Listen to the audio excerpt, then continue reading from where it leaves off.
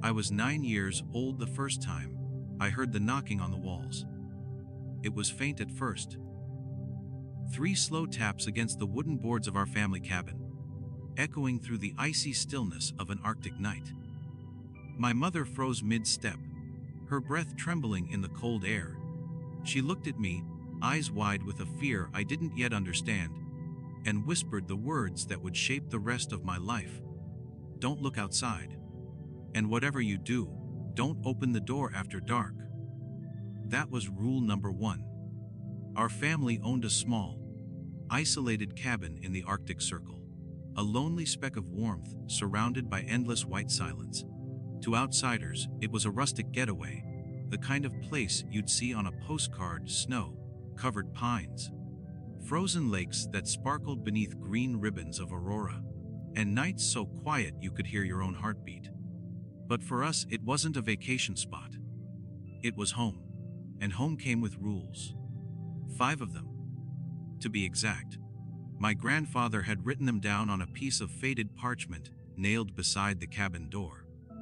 The ink was smudged, but the words were burned into my memory even before I could read. Never open the door after dark. Keep the lanterns lit, even when you sleep. If you hear your name outside, don't answer. Always leave food on the back porch before midnight. Never, ever go near the frozen lake. As a child, I thought these were just stories.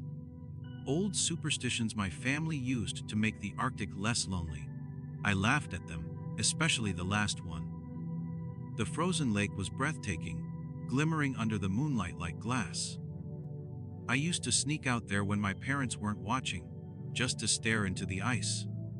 Sometimes, I swore I saw shapes moving beneath the frozen surface, pale faces pressed against the ice, eyes open, lips moving soundlessly.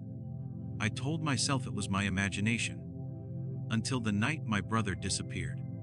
It was the coldest winter we'd ever had. The air was so sharp it cut when you breathed. The snow outside shimmered under the aurora's green glow, and the cabin walls groaned under the weight of the wind. My brother Ali had just turned 15, old enough to think he was braver than the rules. He said he wanted to prove there was nothing out there, that the stories were just a way to keep us scared. That night, just after midnight, I heard the door creak open. The cold rushed in like a scream. By the time my father stumbled out of bed, Ely was gone. We searched for hours, lanterns flickering, our boots sinking into the snow. When we reached the frozen lake, I saw something I'll never forget. There beneath the clear ice was my brother's face, eyes wide open, his mouth frozen in a silent cry. And beside him, dozens more faces stared back. That's when I finally understood. The rules weren't there to control us. They were there to keep us alive. Every year since then, we've returned to the cabin. Not because we want to, but because we have to. The land is ours. The dead is ours. The things beneath the ice still whisper our names, still knock on our walls, still wait for one of us to forget the rules. And last night, the knocking started again. But this time, it wasn't faint. It was loud, desperate, coming from inside the cabin walls. And when I turned toward the sound, I heard my brother's voice, soft and cold. "It's freezing out here. Let me in." The voice outside was unmistakable. "Please?" It whispered again, trembling, broken. "It's me, Eli." I froze. Every instinct in my body screamed to answer him, to fling the door open and pull my brother into the warmth. But the rules were clear. Never open the door after dark. The lantern flame trembled violently, as if it, too, could feel the weight of what stood outside. My breath came out in shivers, fogging the air.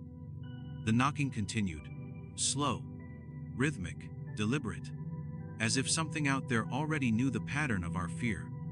My mother was the first to speak. "Go to your room," she said softly. Her voice shook. "Don't make a sound." I obeyed, but I didn't sleep. I couldn't. I pressed my ear to the thin wooden wall, listening.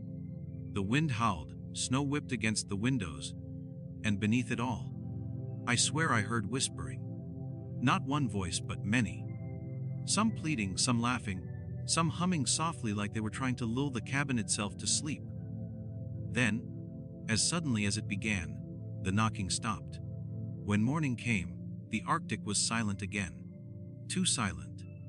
The kind of stillness that doesn't feel empty, but watchful. We buried my grandfather the following day. He had died in his sleep, the night before, sitting in his rocking chair by the fire. His eyes were open, frozen in a look of horror, and in his clenched hand was a piece of parchment older than the cabin itself. My father found it, unrolled it, and read aloud through trembling lips. It wasn't the first set of rules. It was something else. Something older. We, the descendants of Erik Solheim, bind ourselves to the pact of the North. We take this land, we keep the fire, and we feed the lake. In return we live, break the offering, and the ice shall reclaim its debt. There was a seal at the bottom, a symbol that looked like a serpent swallowing its own tail, carved into wax that had turned black with age. That was when my father told me the truth. Our family hadn't bought the land generations ago. We had taken it. My great-great-grandfather, Erik Solheim, was one of the first explorers to survive this part of the Arctic Circle.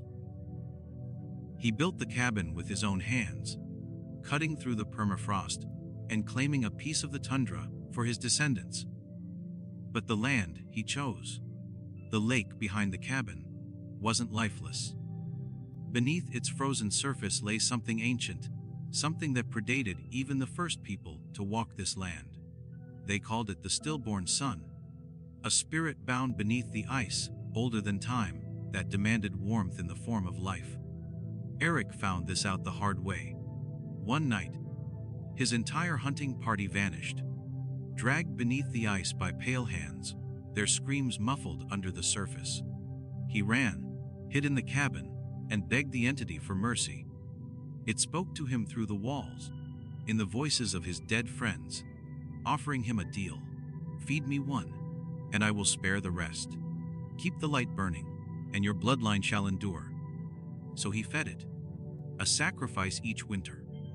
A lost traveler, a wounded animal, sometimes one of their own. And every generation after him kept the bargain. Until my father's generation. He broke the pact.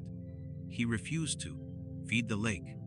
He said the curse was madness, a story invented to hide the guilt of old men. That year, the ice cracked for the first time in a century, and the lake took Eli. That night, I couldn't sleep again. The wind was louder. The knocking came from under the floor this time, slow, hollow, echoing through the wood.